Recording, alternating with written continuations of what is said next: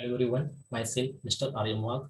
I have completed my education qualification, that is MSc B.Ed Chemistry, and now working as a lecturer in Swedish College of Engineering, Punderpur. So today we are going to start our new topic, that is some basic concept of chemistry. In this topic, we will simply going to study about some common concepts which are needed to study chemistry subject. Okay, let's see one by one. So, in case of chemistry or science, we already know that man has always been curious about the changes taking place in the surrounding, and this curiosity led him to study, observe, and experiment with the changes taking place. तरी common गोष्ट आपल्याला माहिती आहे, आपल्या आजूबाजूच्या काही गोष्टी घडतात त्याच्याविषयी नेहमीच आपण क्युरियस असतोय आणि त्याच्यातूनच त्यांचा स्टडी, त्यांचं ऑब्झर्वेशन आणि त्यांच्यावरती एक्सपेरिमेंटायझेशन करून त्या ठिकाणी जी काही ओव्हरऑल अरेंजमेंट करण्यात येते त्यालाच काय म्हटलं जातं, science. When these observations are systematically arranged, it is called as science. But however, it is quite difficult to wrap up the definition of chemistry in one line, but still it can be stated as chemistry is the study of composition, structure and properties of matter.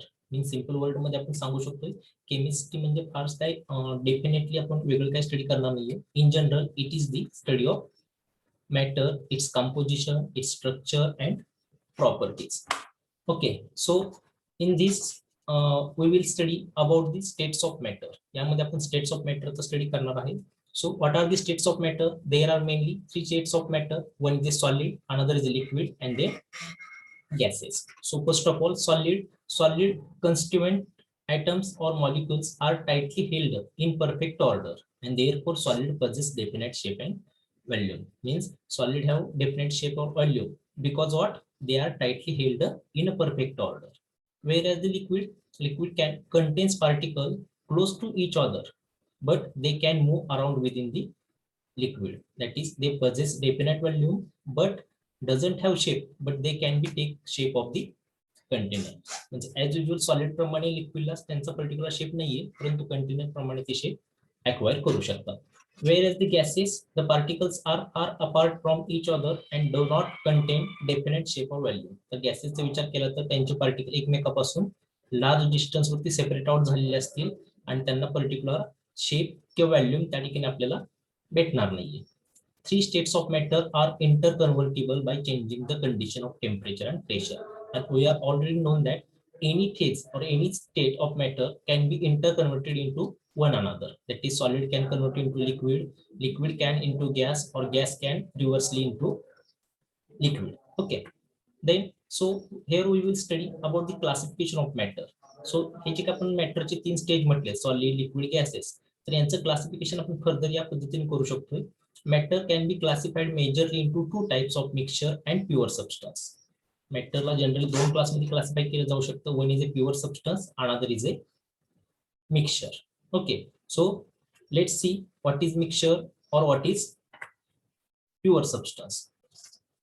So here we will study, that is, pure substance is nothing but they have definite chemical composition and they always have the same properties regardless of their origin. Pure सबस्टन्सचा जर विचार केला आपण, त्यांचं composition हे fix किंवा definite राहतोय आणि त्यामुळे त्यांच्या प्रॉपर्टी त्यांच्या ओरिजिन किंवा त्यांच्या सोर्स वरती न डिपेंड राहतात, ती सगळीकडे आपल्याला कॉमन बघायला भेटते. For example of pure substance, pure metal, distilled water etcetera are the some common example of pure substance. Whereas what is meant by mixture have no definite chemical composition and hence no definite properties. But as like pure substance, mixture doesn't have any pure chemical composition, so they doesn't carry same properties with their origin. For example of mixture, there are example like paint, which is mixture of oil, pigment, additive, or concrete, a mixture of sand, cement, or water. We can give as an example of mixture.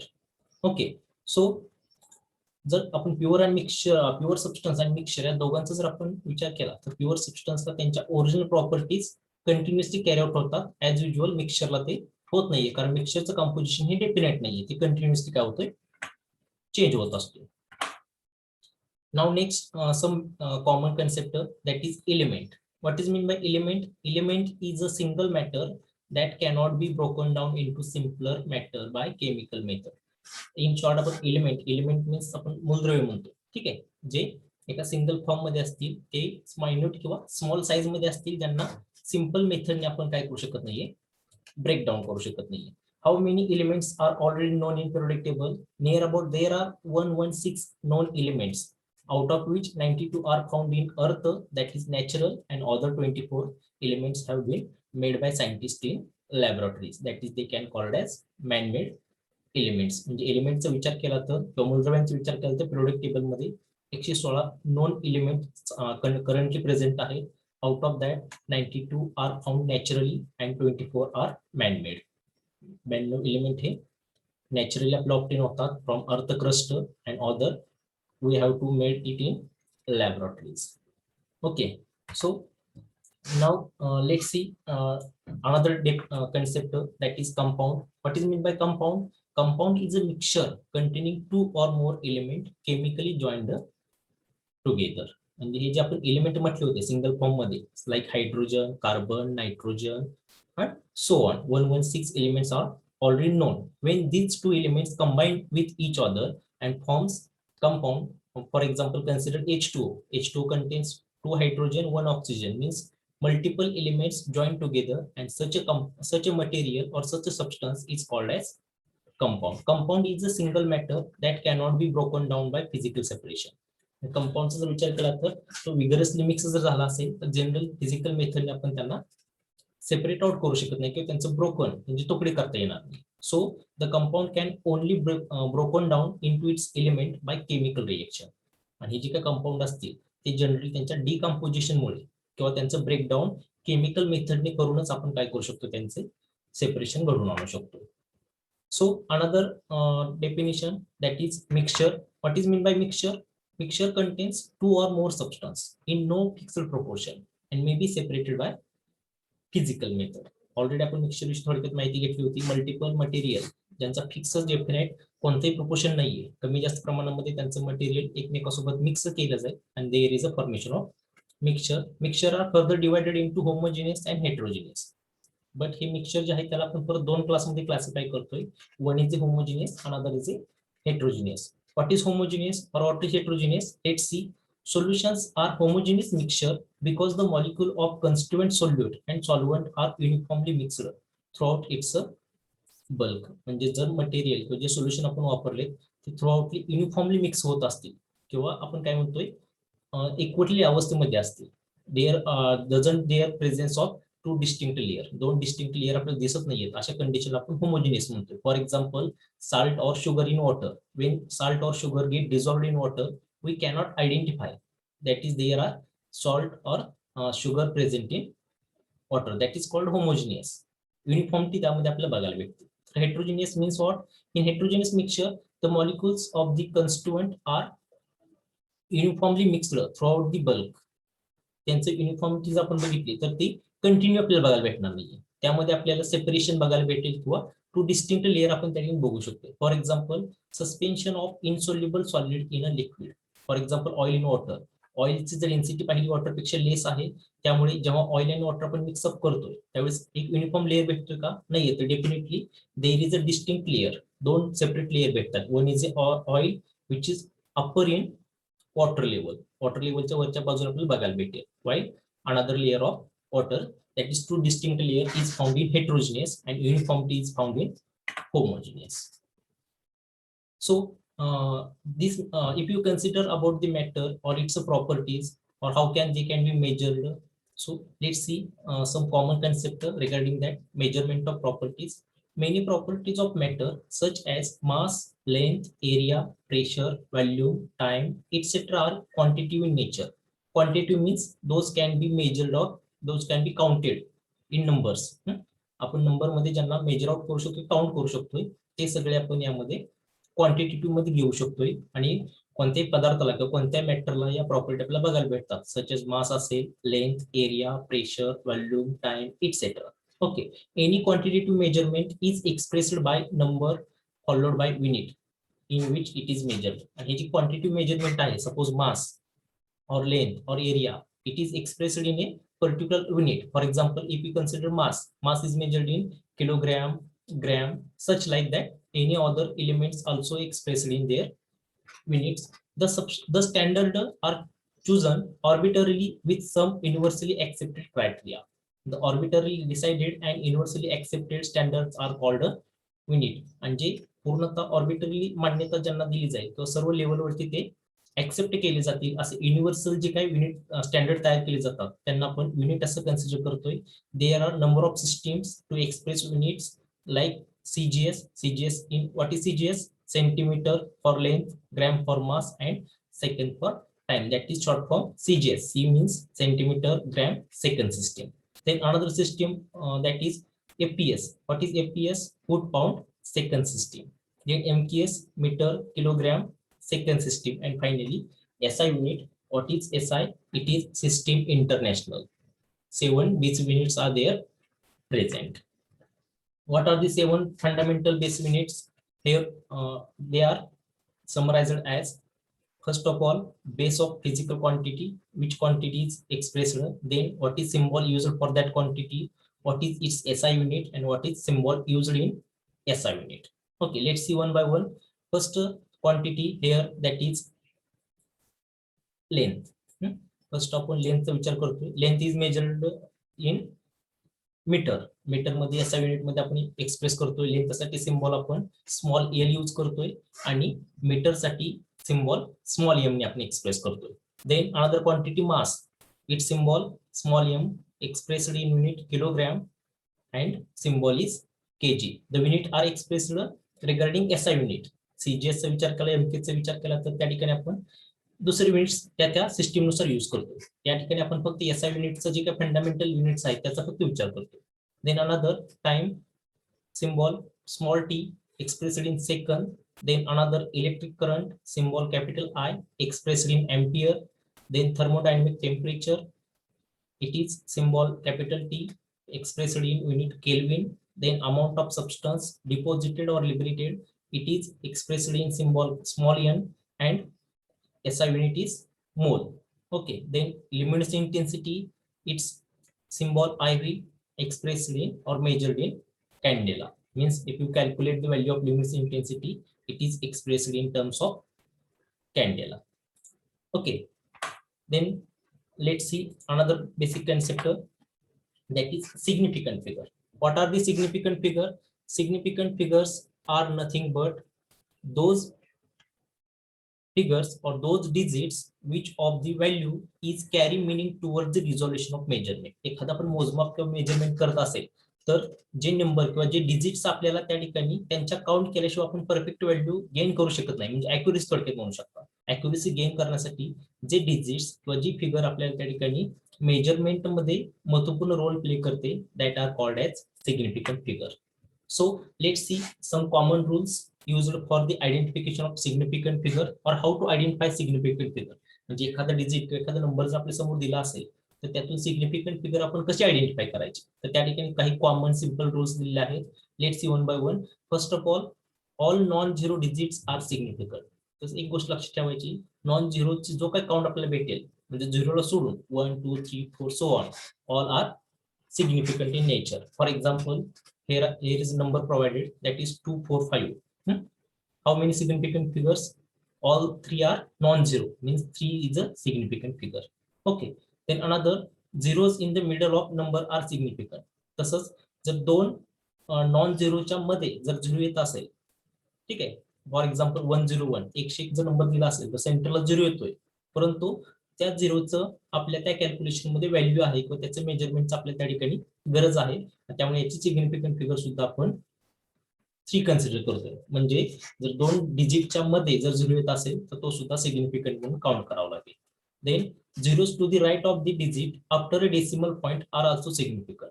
तर zero नंतर जर decimal असेल आणि त्याच्या पुढे जर काही number असतील तर ते सुद्धा आपण सिग्निफिकंट म्हणून काय करतोय, मेजर करणार आहे. Then zeros between decimal point and a number are not significant. But जर झिरो नंतर लगेच त्या ठिकाणी एखादा डिजिट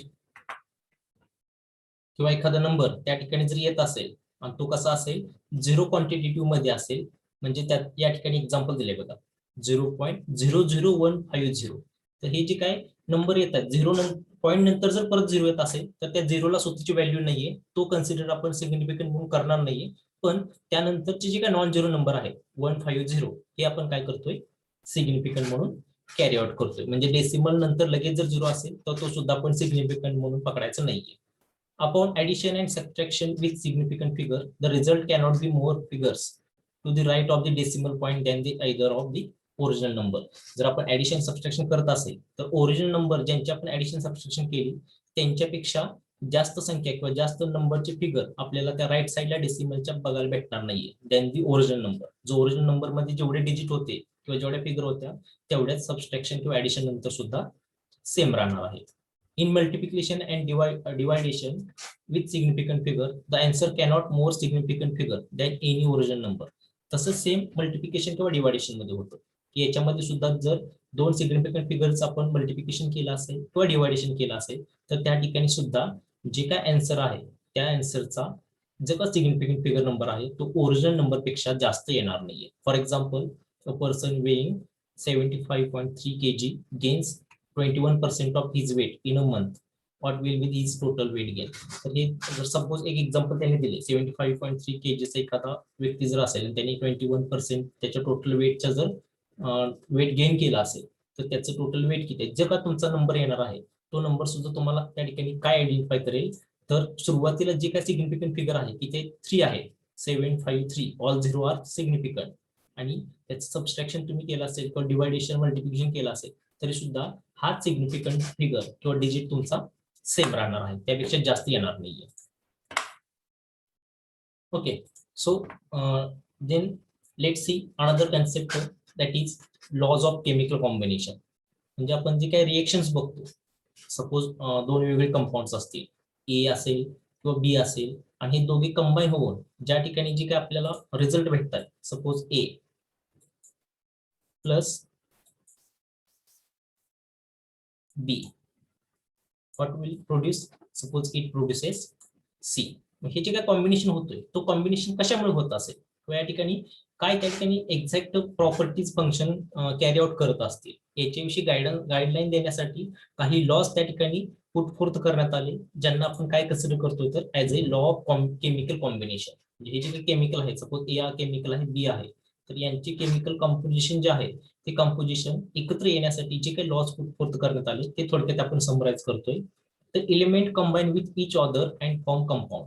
इट इज कॉमन हे आपल्याला माहित आहे की केमिस्ट्रीतील कोणता एखादा एलिमेंट घ्या H2O जरी साधारणतः घेतला आपण पाण्याचा मॉलिक्यूल त्याच्यामध्ये काय दोन हायड्रोजन आणि एक ऑक्सिजन काय झालेला आहे कंबाईन झाला आणि त्यांचं कन्व्हर्जन कंपाऊंड मध्ये झालं. म्हणजे थोडक्यात कोणतंही केमिकल रिएक्शन घडत असताना त्यातील डिफरंट एलिमेंट एकमेकांसोबत कंबाईन होऊन कंपाऊंड तयार करत असतात. These laws were proposed before the molecular formulas. हे नियम आपल्याला एखादा पदार्थाचा मॉलिक्युलर फॉर्म्युला बनवण्याआधी आपल्याला त्या ठिकाणी यूज करावं लागतं किंवा त्यांना प्रपोज करण्यात आलं होतं. This process is govern by 5 basic law. आणि ही जी काय पूर्ण प्रोसेस आहे केमिकल कॉम्बिनेशन म्हणा किंवा केमिकल रिएक्शनची ती जनरली 5 नियमावरती चालते. What are the 5 rules? Laws of conservation of mass, law of definite proportion, law of multiple proportion, Gay-Lussac's law and Avogadro's law. These are the some common laws which are used in the study of chemical combination. So let's see first of all law of conservation of mass. तर सगळ्यात पहिल्यांदा आपण law of conservation of मास काय सांगतो किंवा त्यामध्ये त्यांनी काय पुटफोर्थ केलं याची आयडिया त्या ठिकाणी स्टडी करूयात. So let see what it tails matter neither created और कॅनॉट बी डिस्ट्रॉइड. कोणताही पदार्थ असेल तर त्याचं मास आपण म्हणतो की त्याचं वेट असेल ते आपण डायरेक्ट क्रिएट पण करू शकत नाही किंवा त्याला डिस्ट्रॉय किंवा नष्ट पण करू शकत नाही असं थोडक्यात पहिल्यांदा या लॉ ऑफ कॉन्झर्वेशन ऑफ मास यामध्ये सांगितलं. थोडक्यात एक लॉ ऑफ कॉन्स्टंट मास असं आपण याला अल्टरनेट कन्सिडर करू शकतो. कोणतीही केमिकल कॉम्बिनेशन झाला असेल तर ती रिएक्शन घडत असताना सुरुवातीला जेवढे आपले रॉ मटेरियल आहेत किंवा रिएक्टंट आहेत तेवढेच आपले प्रोडक्ट मध्ये कन्वर्ट होत असतात. त्यामध्ये कोणतंही नवीन क्रिएशन किंवा नवीन डिस्ट्रॉयशन आपल्याला बघायला भेटत नाही असं थोडक्यात यामध्ये यांनी काय केलं आपल्याला मेन्शन आउट केलेलं आहे. रिएक्शन या ठिकाणी तुम्हाला दिसत असेल R1 प्लस R2.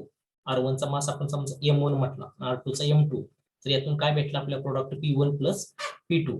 तर हे जे काय वेट M1 M2 चं सुरुवातीला होतं तेच वेट P1 P2 मध्ये काय असणार आपल्याला सिमिलर बघायला भेटणार आहे. म्हणजेच काय total mass of reactant is equal to total mass of product. जेवढे रिएक्टंटचं मास होता तेवढाच मास कशाचा असणार आहे, प्रोडक्टचा. आणि हे थोडक्यात यामध्ये यांनी as a law of conservation of मास मध्ये काय करण्यात आले, मेन्शन करण्यात आले. थोडक्यात या ठिकाणी दिलंय बघा, according to law of conservation of mass, total mass of reactant और total mass of product is equal to M1 plus M2 that is M3 plus M4. म्हणजे रिएक्टंट जेवढे आहेत तेवढेच आपले प्रोडक्टचं फॉर्मेशन त्या ठिकाणी होत असतो.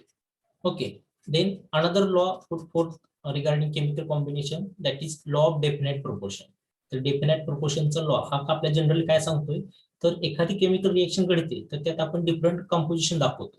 हायड्रोजन 2 कंबाईन झाली, ऑक्सिजन कंबाईन झाला, हे एक्झॅक्ट कसं होतं ते सांगण्याचं काम थोडक्यात या ठिकाणी काय केले, या डेफिनेट प्रोपोर्शन मध्ये पुटफोर्थ करण्यात आले.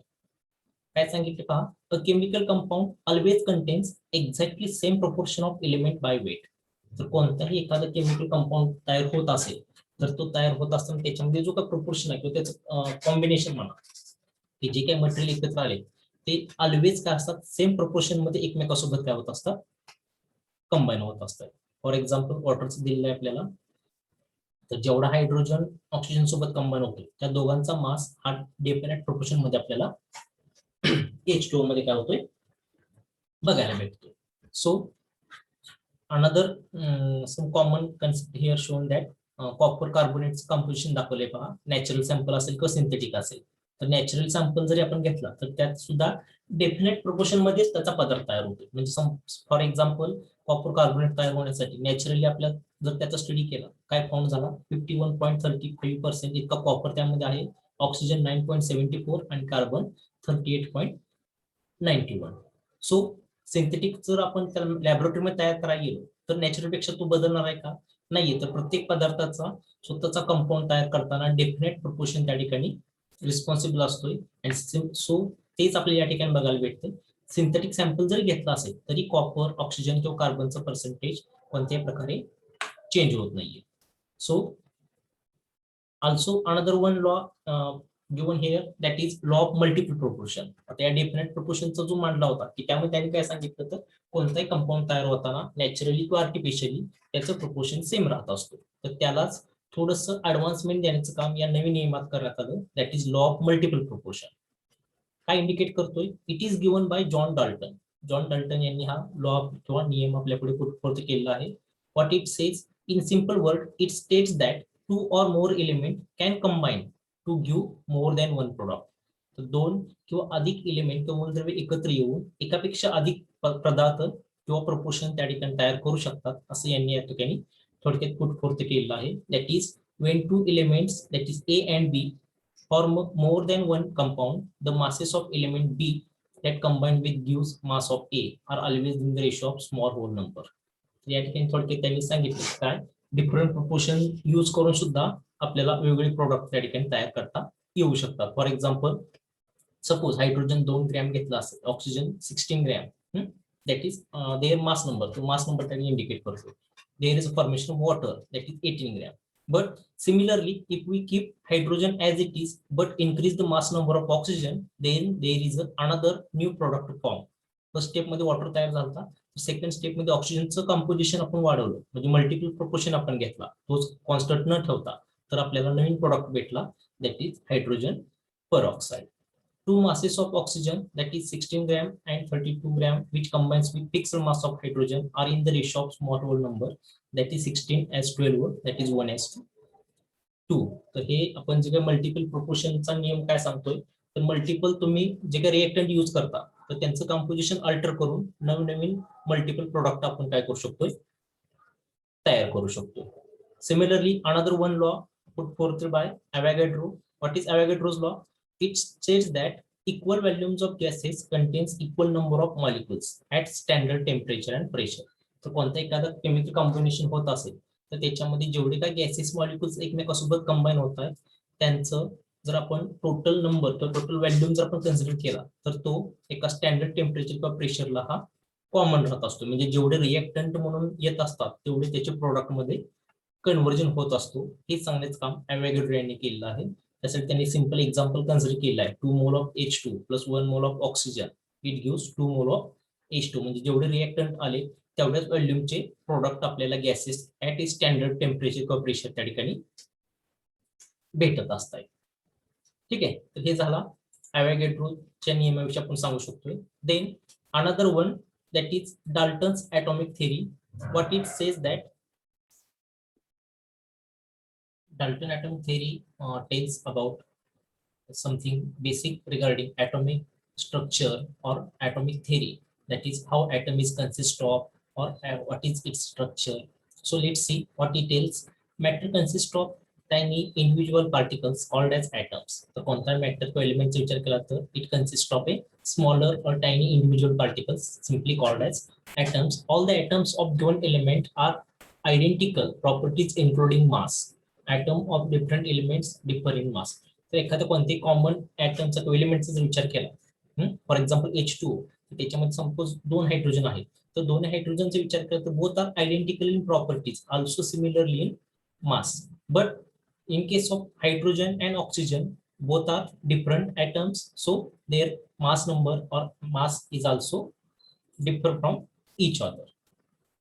So compounds are formed when atoms of different element combine in a fixed ratio. आणि एखादा कंपाऊंड एखादं मिश्रण म्हणतो आपण, हे जर फॉर्म व्हायचं असेल तर त्या ठिकाणी definitely number of different elements काय होतात, एका फिक्स रेशो मध्ये एकमेकांसोबत काय होत आहे, कंबाईन होत असतात. And there is a formation of compound. Chemical reactions involve only the reorganization of atom. Atoms are neither created nor destroyed in a chemical reaction. Dalton's theory could explain all the laws of chemical combination. म्हणजे याच्यापूर्वी आपण जे काही different laws of chemical combination पाहिले होते, त्यामध्ये law of conservation of mass हा जो पाहिला होता, त्याच्यानुसार काय सांगितलं होता तर mass neither created not destroyed. So simply तोच लॉ या ठिकाणी केमिकल रिएक्शन मध्ये बघायला भेटतो. There is only reorganisation of atom, there is neither any creation or destroynation in the chemical reaction. जे ॲटम असतील ते फक्त एकमेकांसोबत रिअरेंज होतात किंवा एकमेकांसोबत कंबाईन होतात. ते डायरेक्ट क्रिएट पण होत नाही न्यूली किंवा स्वतःला डिस्ट्रॉय पण होणार नाही त्या ठिकाणी. So let's see, according to Dalton, every matter consists of atom.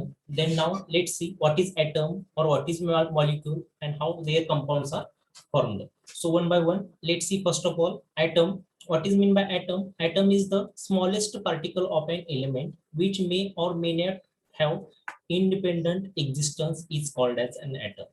तर atom हा एलिमेंटचा किंवा एखाद्या मूलद्रव्याचा सगळ्यात छोटा कण असेल तो पार्टिकल असेल विच इज फर्दर नॉट डिवायझेबल. तो परत डिवाइज किंवा त्याचे तुकडे करता येत नाहीये, आणि त्यालाच आपण जनरली ॲटम असे कन्सिडर करतो.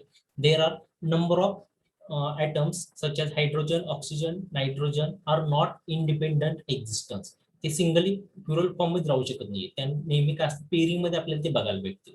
Wear age the helium, neon, argon which are also called as noble gas element, they have independent existence. त्यांना कोणा डिपेंड व्हायची गरज नाही, ते सिंगल फॉर्म मध्ये काय होऊ शकतात आपल्याला ऑप्टिन होऊ शकतो. म्हणजे थोडक्यात हेलियम, निऑन हे मोनोएटॉमिक आहेत, तर हायड्रोजन, ऑक्सिजन, नायट्रोजन हे डाय, ट्राय, टेट्रा या फॉर्म मध्ये आपल्याला काय होतात ऑब्झर्व होतात.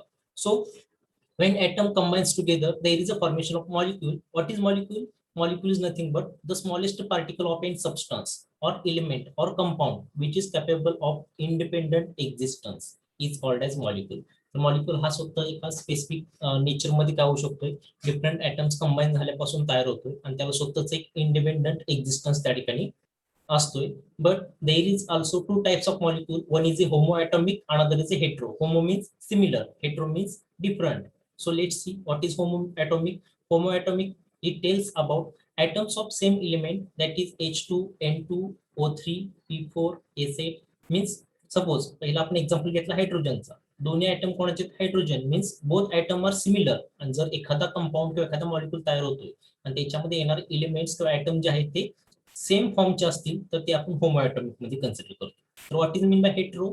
ॲटम्स ऑफ डिफरंट एलिमेंट, म्हणजे मॉलिक्यूल आपला तयार होणारच आहे, परंतु तो मॅन्युफॅक्चर होत असताना किंवा क्रिएशन होत असताना जे काही नंबर ऑफ ॲटम्स एकत्र येणार आहेत they all are different from each other, एकमेकापासून वेगळे असतील. Suppose H2O, hydrogen is another element, oxygen is a different element. Or HCl, hydrogen one, fluorine another. Then carbon dioxide, carbon is one element and oxygen is another different element, and these are called as hetero molecules or hetero element.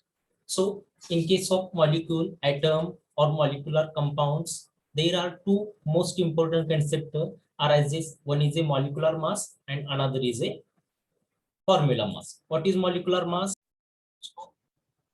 Molecular mass is the sum of atomic masses of element present in a molecule. That is, it is obtained by multiplying the atomic mass of each element by the number of its atom and adding them together. तर एखादा molecule एखादा compound जर आपण घेतला असेल तर त्या compound मध्ये किती एलिमेंट आहेत आणि किती आयटम आहेत आणि प्रत्येक आयटमचा मास नंबर किती आहे आणि त्या मास नंबर नुसार त्या आयटमच्या संख्येनुसार त्यांना पहिले मल्टिप्लाय करतो आपण and then different items there is a summation, त्यांचं ऍडिशन आपण करतो किंवा समेशन करतो आणि फायनली जो नंबर भेटेल तो आपला मॉलिक्युलर मास असेल. म्हणजे एखादा मॉलिक्यूल तयार होताना for example H2, there are two hydrogen, one is oxygen. Then first of all we calculate the mass number of H2, then calculate for oxygen and then add them together आणि त्यांना एकत्र add करतो आणि H2 चा आपण molecular mass सांगू शकतो. And also similar, there is another concept called as formula mass. What is formula mass? It is defined as the sum of atomic masses of ions present in formula unit of ionic compound. तर formula mass हा generally ionic compound साठी आपण use करतोय आणि ionic compound means those having ionic character, that is positive charge और negative charge compound. आणि त्यामध्ये जर आपण त्यांच्या ॲटॉमिक मासेसची समेशन केली असेल तर आपल्याला फॉर्म्युला मास भेटू शकतो. For example NaCl, Na plus and Cl minus, so it is called ionic compound. And then after calculation of atomic mass of sodium plus chlorine we get formula mass. Okay, so now let's see what is molecular mass or how it is calculated. तर आपण definition बघितली होती, हे addition केल्यानंतर molecular mass भेटतोय. एक एक्झाम्पलच्या स्वरूपात या ठिकाणी बघूया. Molecular mass of a substance can be calculated by adding the atomic masses of all the atoms present in one molecule of substance. For example, molecular mass of H2SO4. H2SO4 चा molecular mass या ठिकाणी आपल्याला त्यांनी consider करण्यासाठी दिलेला आहे. Here are number of atoms like hydrogen, it is 2 atom, sulfur 1 and oxygen 4. So what we will do here, first of all calculate the mass number of H2. What is mass number of hydrogen? 1, and there are 2 atoms, that is 2 into 1 plus another is sulfur. Sulfur's mass number is 32 plus what is next element, that is oxygen, it has 4 number, so 4 into 16, and after adding all these values we will get the final value which is called as molecular mass of H2SO4, that is 98 AMU. Okay, similarly we can calculate formula mass or gram formula mass. Here are formula mass is depend or it is defined for ionic compound. formula mass कशासाठी असतो तर ionic compound साठी असतो. In ionic compound like NaCl, the term molecule is replaced by formula unit. तर molecular मासच्या ऐवजी ionic compound असेल तर त्याला मॉलिक्यूल न म्हणता आपण फॉर्म्युला म्हणतो आणि त्यालाच फॉर्म्युला मास आपण कॅल्क्युलेट करणार आहे. म्हणजे दोन्हीकडे कन्सेप्ट नियर अबाउट सेम आहे, फक्त डिफरन्स काय आहे, मॉलिक्युलर मास हा आपण इन जनरल कोणत्याही न्यूट्रल मॉलिक्यूल साठी सुद्धा मोजू शकतो, तर फॉर्म्युला मास हा आयोनिक कंपाऊंड साठी स्पेशल असेल. The formula mass is defined as sum of atomic masses of all the atom present in formula unit of ionic compound.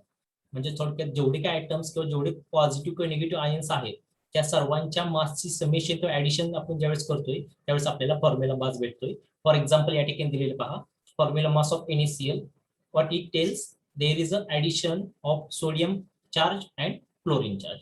सोडियमचा mass number किती आहे 23 इंटू 1 मॉलिक्यूल. ओके, प्लस क्लोरीनचा किती आहे 35.5 into 1 molecule, and after addition of 23 plus 35.5 we will get the value 58.5 unit. Okay, similarly we can calculate gram molecular mass. How it is calculated? Gram molecular मासचा जर विचार केला आपण तर याच्यामध्ये जनरली काय कॅल्क्युलेट करतोय, it is nothing but formula mass of an ionic substance when expressed in gram is called as gram formula mass. म्हणजे फारच काय वेगळी कन्सेप्ट नाहीये, जो आपण फॉर्म्युला मास वरती कॅल्क्युलेट करतोय, जो काय आपला आन्सर येतोय त्याला आपण जर ग्रॅम मध्ये कन्वर्ट केला असेल तर त्याला ग्रॅम फॉर्म्युला मास म्हणून कन्सिडर करतो. For example formula mass of NaCl किती आला होता आपला 58.5 युनिट. ओके, मग त्याला जर आपण ग्रॅम मध्ये कन्वर्ट केला तर काय, gram formula mass of NaCl that is 58.5 gram. म्हणजे जे काही आपल्या रेग्युलर फॉर्म्युला युनिट मध्ये जो काय आपला मास येतोय त्याला ग्रॅम मध्ये कन्वर्ट केला तर ग्रॅम फॉर्म्युला भेटून जातो. Similarly formula mass of AgNO3, silver नायट्रेटचा जर विचार केला तर 170 युनिट इतका येतोय, तोच ग्रॅम मध्ये कन्वर्ट केला तर 170 ग्रॅम असा आपण एक्सप्रेस करू शकतोय. ओके, देन या ठिकाणी आपण कॉन्सन्ट्रेशन सोल्युशनचं काय करू शकतो, मेजर आउट करू शकतो. But how it is measured, The concentration of solution is expressed in 4 different ways. 4 वेगवेगळ्या मार्गाने आपण तो एक्सप्रेस करत असतोय. What are the different ways? One is the mass percent, another is the mole fraction, molarity and molality. These all concepts are very important in case of preparation of different types of solution. वेगवेगळे solution तयार करताना हे चारही concept आपल्याला खूप महत्त्वाचे असतात. How solution is created? It is manufactured or created by dissolving solute into solvent. सोल्यूटला सॉल्व्हंट मध्ये मिक्स केला तर जो मटेरियल भेटतो तो आपला सोल्युशन असेल. फॉर एक्झाम्पल डायग्राम मध्ये तुम्हाला दिसत असेल सोल्यूट म्हणून आपण सुक्रोज किंवा शुगर घेतलेली आहे आणि it is dissolve in solvent. Solvent म्हणजे ज्याला डिझॉल्व्ह करून घेण्याची क्षमता असते. For example water, it is universal solvent. आणि हे दोन्ही मिक्सअप झाल्यानंतर जे काही आपल्याला शुगर सोल्युशन भेटतो शेवटी ते शुगर सोल्युशन आपल्याला डिफरंट कॉन्सन्ट्रेशन लेवलचं बनवायला येत असतोय आणि त्याला बनवण्यासाठी या 4 डिफरंट वेज आपण त्या ठिकाणी यूज करत असतो. दॅट इज कॉन्सन्ट्रेशन जर सोल्युशनचं म्हटलं तर it is nothing but ratio of solute divided by solvent. एखाद्या सॉल्व्हंट मध्ये सोल्यूट किती मिक्स झाला याच्यानुसार कॉन्सन्ट्रेशन आपण त्याचे एक्सप्रेस करतोय. So first of all mass percentage कसा मोजला जातो या ठिकाणी दिलेलं आहे पहा. Mass percent of compound is given by formula. Mass percent मोजण्यासाठी फॉर्म्युला दिलेला आहे. What is formula? percent of mass of element is equal to mass of element divided by total mass of compound into 100. तर जे काही compound किंवा जे molecule आपण घेतले त्यातील एलिमेंटचं मास आणि टोटल कंपाऊंडचं मास याचा रेशो इंटू 100 केला तर आपल्याला मास पर्सेंटेज भेटून जाऊ शकतं. Mass percentage is used by only binary solution. It is used for calculation of very small quantity. एकदम छोट्या प्रमाणातील क्वांटिटी असतील किंवा स्मॉल प्रोपोर्शनचे एलिमेंट असतील तर त्या कॅल्क्युलेशन मध्ये आपण वापरू शकतोय. आणि स्पेशली हे binary solution, binary means 2 molecules किंवा 2 एलिमेंट्स प्रेझेंट असलेल्या सोल्युशन मध्ये आपण काय करतोय यूज करू शकतोय. जेणेकरून पर्सेंटेज दिलेल्या सोल्युशन मध्ये कोणत्या मटेरियलचं किती मास पर्सेंटेज आहे हे आपण याच्यातून कॅल्क्युलेट करणार आहे. Then another concept mole fraction. Where it is used? It is defined as ratio of number of moles of particular component to the total number of moles of solution. तर जो काही component आपले आहेत त्या particular component ज्याचा आपल्याला fraction मोजायचं आहे किंवा ज्याचा किती घटक प्रेझेंट हे मोजायचं आहे. सपोज ऍट ए टाइम त्या ठिकाणी नंबर ऑफ कंपोनंट प्रेझेंट असते. सपोज ए आणि बी असे 2 कंपोनंट असतील. या ठिकाणी आपल्याला त्यांनी थोडक्यात आयडेंटिफाय केलेलं आहे. If a substance A dissolve in substance B and their number of moles are Na plus Nb respectively, then the mole fraction of the A and B are given as Xa and Xb.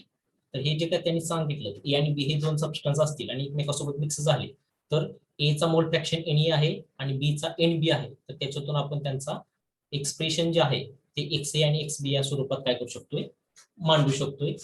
थोडक्यात formula या साईडला तुम्हाला दिसत असेल. Mole fraction have no unit.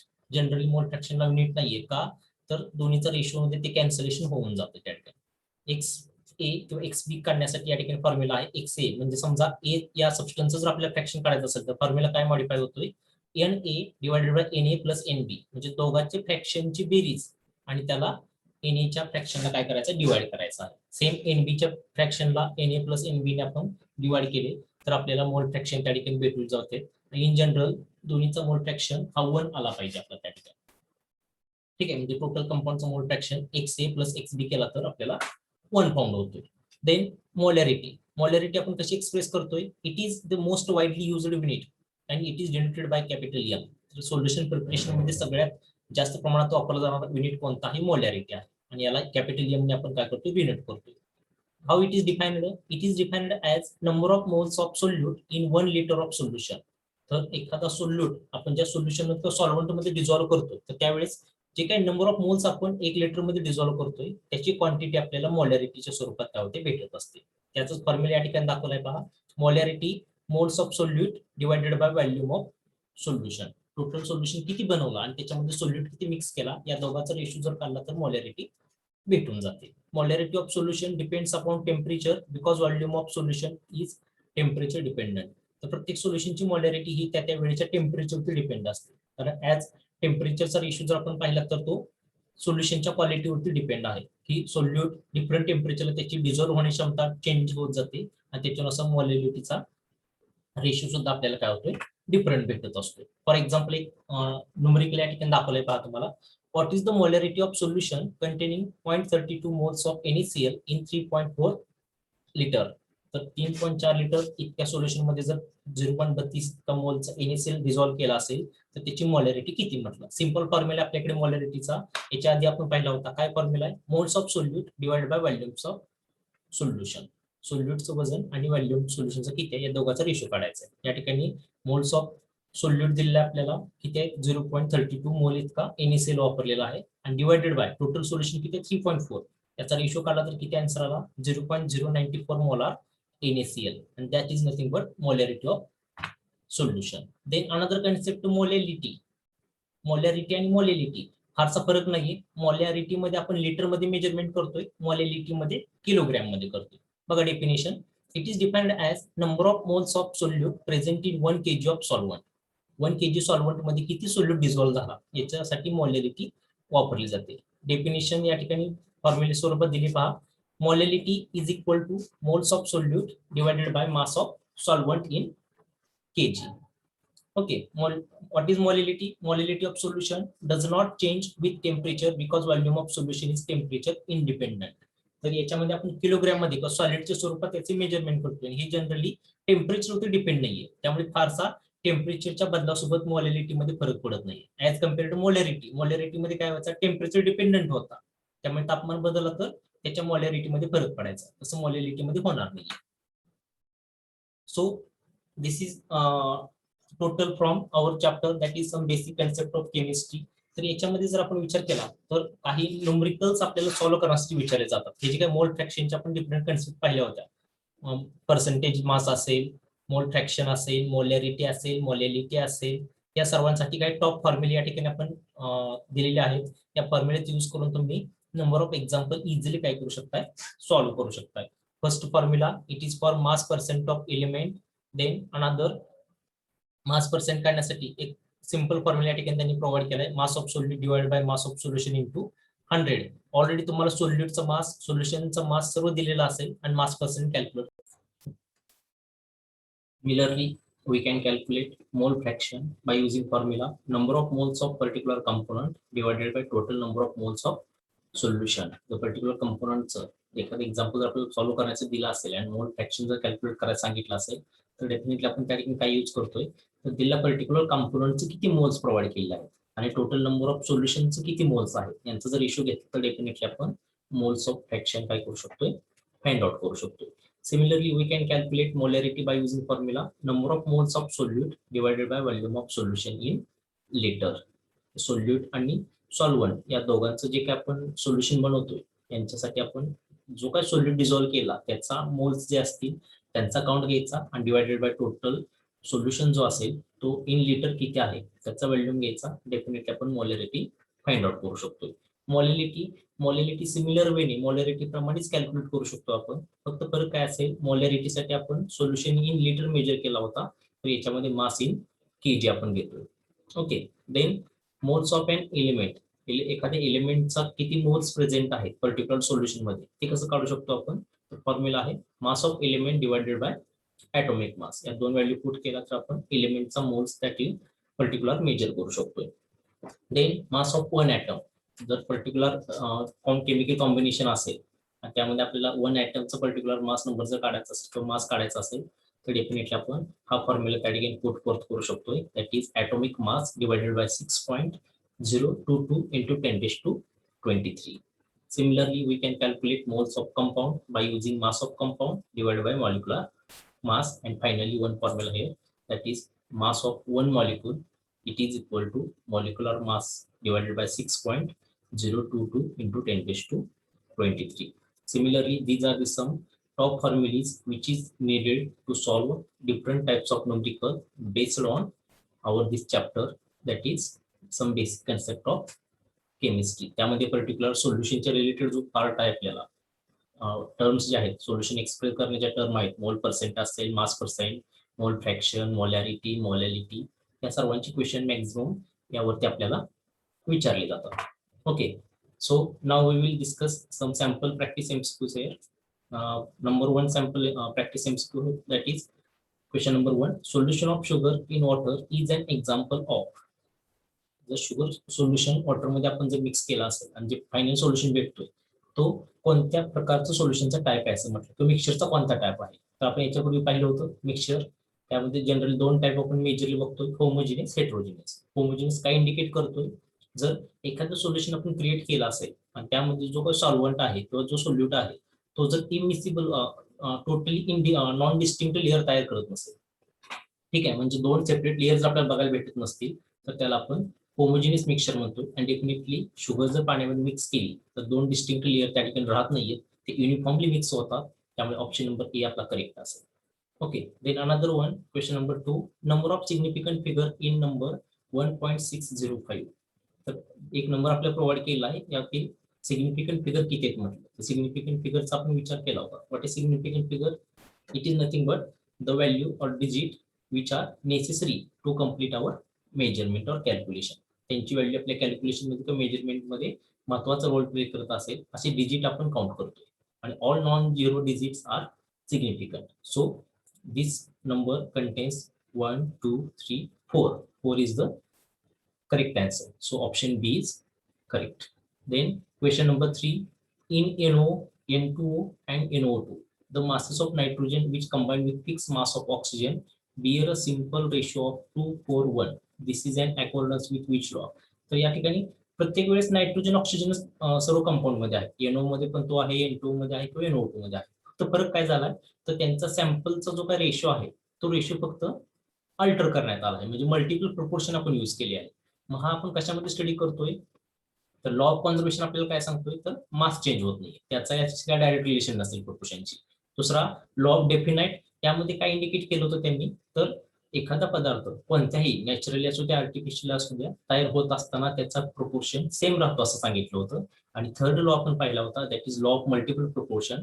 हा काय indicate करतोय, तर मल्टिपल प्रोपोर्शन मध्ये जर आपण रिएक्टंट घेतली असती तर आपण नंबर ऑफ डिफरंट प्रोडक्ट काय करू शकतोय, तयार करू शकतो. आणि एक्झॅक्टली या ठिकाणी तेच झालेलं आहे, नायट्रोजन ऑक्सिजन वापरून मल्टिपल प्रोडक्ट तयार होतात, म्हणजेच हा लॉ ऑफ मल्टिपल प्रोपोर्शनची रिलेट आहे किंवा त्याच्या अकॉर्डन्स हा काम करतो. म्हणून ऑप्शन नंबर सी आपला काय असेल, करेक्ट असेल. Okay, then next, law of conservation of mass was given by. Law of conservation of mass हा कोणी प्रोव्हाइड केला आहे किंवा कोणत्या सायंटिस्टने डिस्क्राईब केला असा क्वेश्चन आपल्याला विचारला. तर definitely it is given by Antoine Lavoisier. Option number A is the correct. Then next, question number 5, the candela is the unit of. आता याच्यापूर्वीच आपण सम फंडामेंटल युनिट्स त्या ठिकाणी पाहिले होते. मग त्यामध्ये इलेक्ट्रिक करंट असेल, थर्मोडायनामिक टेम्परेचर असेल, अमाऊंट ऑफ सबस्टन्स असेल, प्रत्येकाचे सिम्बॉल, त्याचा एसआय युनिट आणि एसआय युनिट मध्ये त्याचं सिम्बॉल, हे सर्व आपण पाहिलं होतं. आणि candela it is used for luminous intensity. Luminous intensity calculate करण्यासाठी कॅन्डेला हा युनिट काय केला जातो, यूज केला जातो. That is option number A is correct. Then which law is also known as law of constant composition. तर खालीलपैकी जे काही ऑप्शन दिले त्यापैकी लॉ ऑफ कॉन्स्टंट कंपोजिशन कोणाला म्हटलं जातं. कॉन्स्टंट कंपोजिशन म्हणजे काय, तर एखादा पर्टिक्युलर कंपाऊंड आपण कोणत्याही नवनवीन स्टेजमध्ये जर मॅन्युफॅक्चर करत असेल, तो नॅचरली ऑप्शन होत असेल किंवा लॅबोरेटरीमध्ये तयार केला जात असेल आणि सगळीकडे आपल्याला त्याचं कंपोजिशन जे आहे ते कॉन्स्टंट ऑब्झर्व होत असेल, तर तो कोणता लॉ आहे असं म्हटलं, तर it is nothing but law of definite proportion. तर त्यामुळे त्यांनी काय सांगितलं होतं, तर ज्या कोणत्या फेजमध्ये दोन कंपाऊंड कंबाईन होत असतील, कंबाईन होत असताना जर त्यांचा जो काही डेफिनेट प्रोपोर्शन आहे तो जर कॉन्स्टंट राहत असेल तर त्याला लॉ ऑफ डेफिनेट आपण कन्सिडर करतो, म्हणजे ऑप्शन नंबर बी आपला करेक्ट असेल. Then next, question number 8, branch of chemistry in which quantities of reactant and product of chemical reaction are determined is known as. त्या ठिकाणी सिंपल डेफिनेशन विचारली की ते एखादी रिएक्शन जर केमिकल कॉम्बिनेशन होत असेल तर त्यामध्ये रिएक्टंट आणि प्रोडक्ट जे आहेत त्यांचा जो काय फेज आहे किंवा त्यांच्याविषयी जे काय त्यांचे फिजिकल केमिकल प्रॉपर्टीज असतील त्याच्याविषयी ज्या ठिकाणी आपण क्वांटिटेटिव्ह स्टडी करतोय, त्या क्वांटिटेटिव्ह स्टडी करणाऱ्या केमिस्ट्रीच्या ब्रांचला काय म्हणतात असं म्हटलं आहे. ठीक आहे, तर इट इज नथिंग बट स्टिओजिओमेट्री. कारण ऑल अदर जे वरती ऑप्शन आहेत, कायनेटिक्स आपल्याला स्पीड देतो, स्टिरोकेमिस्ट्री आपल्याला काय, तर त्यांचं जे काही फेज अल्टरेशन आहे ते आपल्याला त्या ठिकाणी कळून येतं. थर्मोडायनेमिक्स मध्ये आपण टेम्परेचर चेंजेस जे असतील ते मेजर करतोय, म्हणजे याचा ऑप्शन नंबर डी हा आपला काय असेल, करेक्ट असेल. The next, number of significant figure in 0.325 is. यामध्ये सुद्धा आपल्याला एक नंबर प्रोव्हाइड केला आणि सिग्निफिकंट फिगर विचारले. सिग्निफिकंट फिगर काय इंडिकेट करतोय, ऑल नॉन झिरो डिजिट आपल्याला कन्सिडर करायचे. म्हणजे हा पहिला तर डेसिमलच्या आधीचा झिरो आहे तो आपल्याला काय पर्टिक्युलर व्हॅल्यू देत नाहीये, so it is not significant. Then after that there are 3 non zero digits, that is 3, 2 and 5. So 3 is its correct answer, म्हणजे ऑप्शन नंबर बी आपल्या या ठिकाणी करेक्ट असेल. Then question number 10, formula mass is used for which of the following substance. Formula mass कसे वापरतात, तर ion असणारे substance साठी. Ion means positive negative charge असणारे. फॉर एक्झाम्पल NaCl आपण पाहिलं होतं याच्यामध्ये, त्याच्यामध्ये सोडियम प्लस आहे, क्लोरीन मायनस, आणि त्याच्यानुसार आपण त्यांचं काय करतो, फॉर्म्युला मास कॅल्क्युलेट करतो. त्यामुळे डेफिनेटली आपण याचा आन्सर सांगू शकतो, option number B is correct, that is formula mass used for ionic compound. Okay, then next question number 11, if water sample are taken from sea, river or lake, they will be found to contain hydrogen and oxygen in approximate ratio of 1:8. This indicates the law. म्हणजे different source मधून, म्हणजे C मधून water घेतला असेल, river मधून किंवा लेक मधून घेतला असेल, आणि प्रत्येक ठिकाणी जर आपण कंपोजिशन पाण्याचं पाहिलं तर त्यामध्ये आपल्याला काय दिसून आलं, it contains approximate ratio 1:8. River मध्येही तोच भेटला, सी मध्ये तोच, किंवा लेक मध्येही तोच, म्हणजे त्याचं प्रोपोर्शन कुठेही चेंज होत नाहीये, आणि ज्या ठिकाणी प्रोपोर्शन सेम राहतोय, it is our law, that is law of definite proportion. Okay, then next question number 12, which of the following statement about a compound is correct. Compound साठी खालीपैकी कोणतं स्टेटमेंट करेक्ट आहे असं म्हटलं आहे. तर ऑप्शन नंबर दिलेत आपल्याला. Option A, a molecule of compound has atom of different element. It is true. Then a compound cannot be separated into its constituent element by physical method. It also is true for compound. Then a compound retain its physical property of its constituent element. It will be not true because compound जर तयार होत असेल तर त्यामध्ये multiple number of different elements एकत्र येतात, आणि प्रत्येक एलिमेंटच्या प्रॉपर्टी एकमेकापासून अल्टर असतात, आणि त्यांच्या प्रॉपर्टी सिमिलर फिजिकल प्रॉपर्टी त्या कंपाऊंडला येणं शक्य नाही, का तर त्यामध्ये डिफरन्सिएशन आपल्याला बघायला भेटतं. सर्व कंपाऊंड काय एका पर्टिक्युलर किंवा डेफिनेट मास मध्ये त्या ठिकाणी जॉईन होत नाहीये. So option number C will be incorrect for compound. Okay, so that's it, we will stop here. That's all from our first chapter, that is some basic concept of chemistry. You can further more practice for MCQs by referring different sample questions. Okay, so we will stop here. Thank you. Have a good day.